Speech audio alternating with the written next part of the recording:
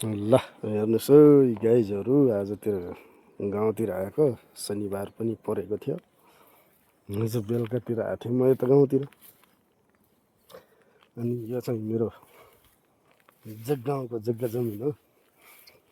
यो हाम्रो दाजुको घर हो। जग्गा चाहिँ यो खाली रहेछ यहाँतिर। उहाँहरूले नै अध्ययन लाउँछु भनेर लाउनु भएको थियो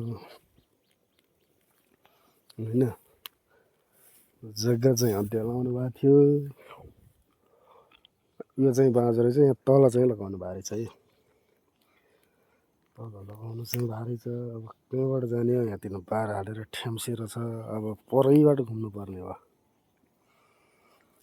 घुम्दा घुम्दा भिडियोहरू चाहिँ लामो बन्न सक्ने जस्तो अवस्था देखिन्छ गाइज। धैर्य गरेर हेर्दै जानुहोस् मेरो जग्गा जमिन हेर्नको लागि।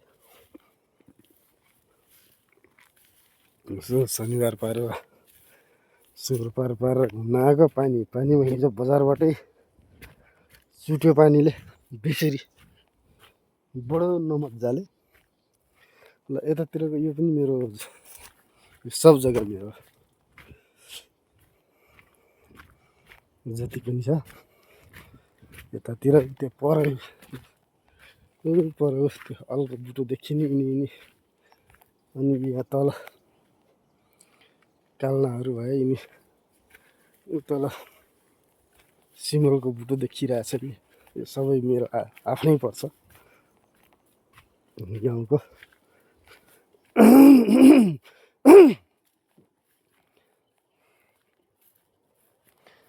घाँसहरू भए कुटमेरा भीमल केराहरू केतुलीहरू सबै छन् बारीमा। ल यो हामीले यहाँ छोडेर जाँदा सानो सानो थियो, अहिले गतिलो भइसकेको छ यो बुटो पनि। ल केराहरू पनि पसाइरहेको चाहिँ लगभग तिजमा खाने हुन्छ कि जस्तो लाग्छ यसो हेर्दा बुझ्दा त है त। थुप्रै रहेछन् केराहरू त। बुटा त यहाँ पनि खाने भइसक्यो रहेछ लगभग।